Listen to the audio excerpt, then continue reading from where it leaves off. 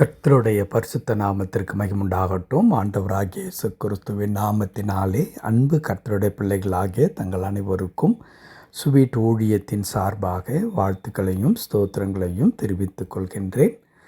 2 நாளாகமத்தின் புத்தகம் 13ஆம் அதிகாரம் 18வது வசனம். 2 நாளாகமும் 13ஆம் அதிகாரம் வசனம் 18. அப்படியே இஸ்ரவேல் புத்திரர் அக்காலத்தில் தாழ்த்தப்பட்டார்கள். யூதா புத்திரரோ தங்கள் பிதாக்களின் தேவனாகிய கர்த்தரை சார்ந்து கொண்டதினால் மேற்கொண்டார்கள். அப்படியே இஸ்ரவேல் புத்திரர் அக்காலத்திலே தாழ்த்தப்பட்டார்கள். யூதா புத்திரரோ தங்கள் பிதாக்களின் தேவனாகிய கர்த்தரை சார்ந்து கொண்டதினால் மேற்கொண்டார்கள். என் அன்பு கடவுளுடைய பிள்ளைகளே, இதனுடைய முழு பின்னணியத்தை நாம் பார்க்க வேண்டாம். இந்த வசனத்தை பார்க்கும் பொழுது இது என்ன நடந்திருக்கிறது என்பது நமக்கு நன்றாக தெரியும். இஸ்ரவேல் மக்களுக்கும் யூதா கோத்திரத்தாருக்கும் அங்கே போர் உண்டாகின்றது. இந்த போரில் ஒருவர் வெற்றி பெறுகின்றார், மற்றவர் தோல்வி அடைகின்றார். எல்லா இடத்திலும் இதுதான் வழக்கம். 2 பேருக்கு மத்தியிலே போட்டி வரும் பொழுது இருவருமே ஜெயித்து விட முடியாது. ஒருவர் தோற்றுத்தான் ஆக வேண்டும், மற்றொருவர் ஜெயித்துத்தான் ஆக வேண்டும். இது எல்லா காரியத்திலும் இது பொருந்தும். அது ஒரு விளையாட்டில் மாத்திரமல்ல, இங்கே போரிலும் அதுதான் நடக்கும். அதுதான் இங்கேயும் நடந்திருக்கின்றது. ஆனால் கேள்வி என்னவென்றால், யார் ஜெயிப்பது? அப்படி ஜெயிப்பதற்கான காரணம் என்ன என்பதுதான் இங்கே மிக முக்கியமான ஒரு கேள்வியாக நிற்கிறதை நாம் பார்க்க முடிகிறது. இந்த வசனத்தில் இஸ்ரவேல் புத்திரர் தாழ்த்துப்பட்டு போனார்கள், அவர்கள் தாழ்ந்து போனார்கள். தாழ்ந்து என்றால் இங்கே அந்த ஹியூமிலிட்டி என்று சொல்லுவோமே, அது அல்ல. அந்த தாழ்மை குறிக்கிற வார்த்தை அல்ல. அவர்கள் போரிலே எதிர்த்து நிற்கக்கூடாதபடிக்கு பலவீனம் அடைந்து போனார்கள். ஆனால் யூதா கோத்திரத்தார் என்ன செய்கின்றார்கள்? அந்த புத்திரர்கள் என்ன செய்கிறார்கள்? ஜெயித்து விடுகிற மேற்கொண்டார்கள் என்று எழுதியிருக்கிறது. இஸ்ரவேல் மக்களை இந்த யூதா மக்கள் என்ன செய்கிறார்கள்? மேற்கொள்ளுகிறார்கள். அவர்கள் மீது வெற்றியை இவர்கள் பெற்றுக்கொள்கிறார்கள். அதற்கான காரணத்தை இங்கே கர்த்தருடைய வார்த்தை துல்லியமாக சொல்லி தருகிறது. அதுதான் இந்த காலை நேரத்தில் நாம் கற்றுக்கொள்ள வேண்டும். இஸ்ரவேல் புத்திரர் தாழ்த்தப்பட்டார்கள், யூதா புத்திரர் மேற்கொண்டார்கள் என்று எழுதியிருந்தால் கூட இந்த வசனம் அவ்வளவு முக்கியத்துவம் பெறவே பெறாது. மாறாக அதற்கான காரணம் மிக அழகாய் சொல்லப்பட்டிருக்கிறது. யூதா புத்திரரோ தங்கள் பிதாக்களின் தேவனாகிய கர்த்தரை சார்ந்து கொண்டதினால் என்று எழுதியிருக்கிறது. இந்த வார்த்தை எனக்கு மிக மிகவும் பிடித்த ஒரு வார்த்தை, சார்ந்து கொள்ளுதல் என்ற ஒரு வார்த்தை. பல செய்திகளில் இந்த வார்த்தையை நான் அடிக்கடி பயன்படுத்துவேன். எப்பொழுதெல்லாம் கடவுளை குறித்து நான் பேசுகிறேன், அப்பொழுதெல்லாம் இந்த சார்ந்து கொள்ளுதல் என்ற வார்த்தை நான் பயன்படுத்துவதை நீங்கள் கவனித்திருப்பீர்கள். வேதத்திலும் இப்பொழுது அந்த வார்த்தை எழுதப்பட்டிருக்கிறது. யூதா புத்திரர் என்ன செய்தார்களாம்? தங்கள் பிதாக்களின் தேவனாகிய கர்த்தரை என்றால் தன்னுடைய முன்னோர்கள், தன்னுடைய தந்தை, அவர்தம் மூதாதையர்கள் எல்லாரும் எந்த கடவுளை அவர்கள் தொடர்ந்து வழிபட்டு கொண்டு வந்தார்களோ அந்த கடவுளை இவர்கள் என்ன செய்தார்கள்? சார்ந்து கொண்டார்கள்.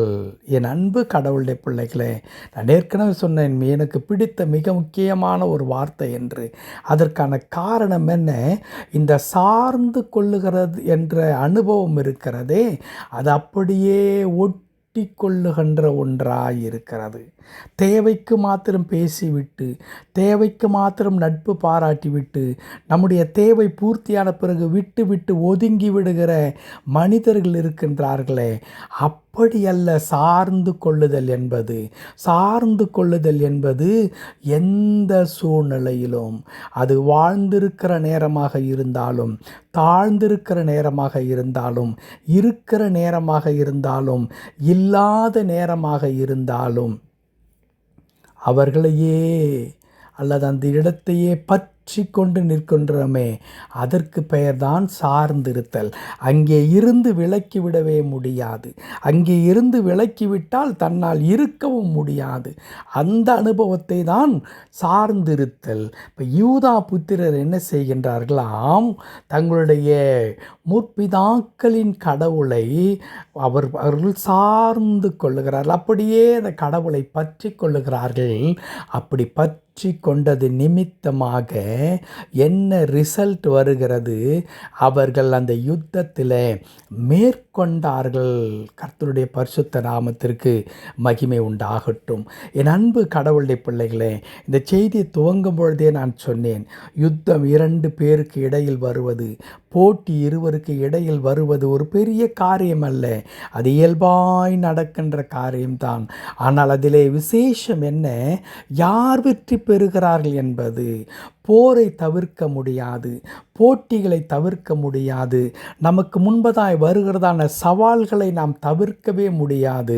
சவால்களை நாம் சந்தித்து தான் ஆக வேண்டும், போர்க்களத்தை சந்தித்து தான் ஆக வேண்டும். இன்றைக்கு அநேக குடும்பங்களில் எத்தனையோ சவால்கள் தங்களுக்கு முன்பாய் நின்று அவர்களை கலங்கடித்து கொண்டிருக்கிறதை, விரக்தியின் விளிம்புக்குள்ளாய் கொண்டு சென்றிருக்கிறதை, கண்ணீரின் பாதையில் தள்ளிவிட்டிருக்கிறதை நாம் பார்க்க முடியும்.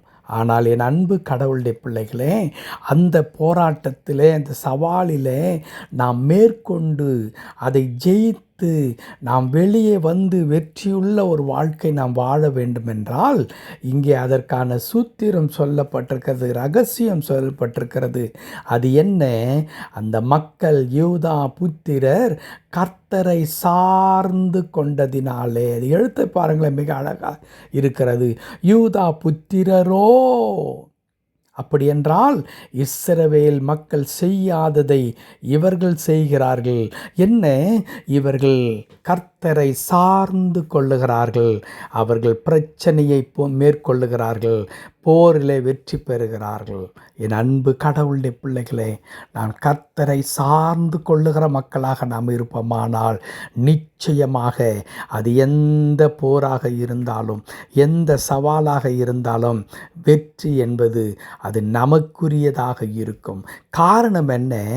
நாம் சார்ந்து கொண்டிருக்கிற அந்த இடம் இருக்கிறதே, அது அவ்வளோ அற்புதமான ஒரு இடம்.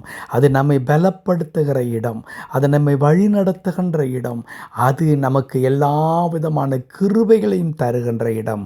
அதுதான் நம்முடைய ஆண்டவராகிய கடவுள்.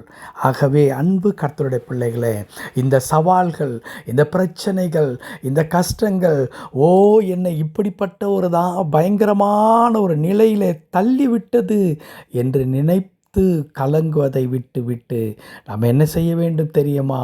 இந்த சோதனை நேரத்தில், இந்த தாங்குண்ணா பாடுகளின் நேரத்தில், இந்த கஷ்டம் நெருக்கடியான இந்த நேரத்தில் கர்த்தரை நான் சார்ந்து கொள்ள வேண்டும். கர்த்தரை நாம் சார்ந்து கொள்ளும் பொழுது எந்த பிரச்சனையும் நாம் மேற்கொண்டு விடலாம், எந்த கஷ்டத்தையும் மேற்கொண்டு விடலாம். நாம் எந்த காரியத்திலும் ஆசீர்வாதமாய் இருக்கலாம். ஜெபிக்கலாமா? அன்பு நிறைந்த நல்ல ஆண்டவரே, உம்மை துதிக்கிறோம் ஐயா.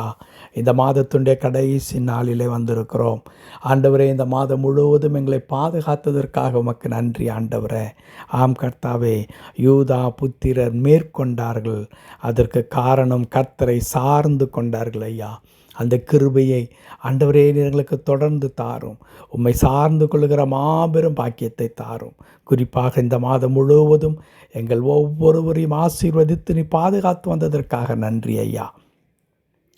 தொடர்ந்து வரவிருக்கிறதான புதிய மாதத்தில் உடைய கிருபை எங்களோடு இருக்கும். அதற்காய் தோத்திரம் தாழ்த்தி அர்ப்பணிக்கிறோம். பொறுப்படுத்திக் கொள்ளும் மீட்பர் நாமத்தில் பிதாவே. ஆமேன், ஆமேன்.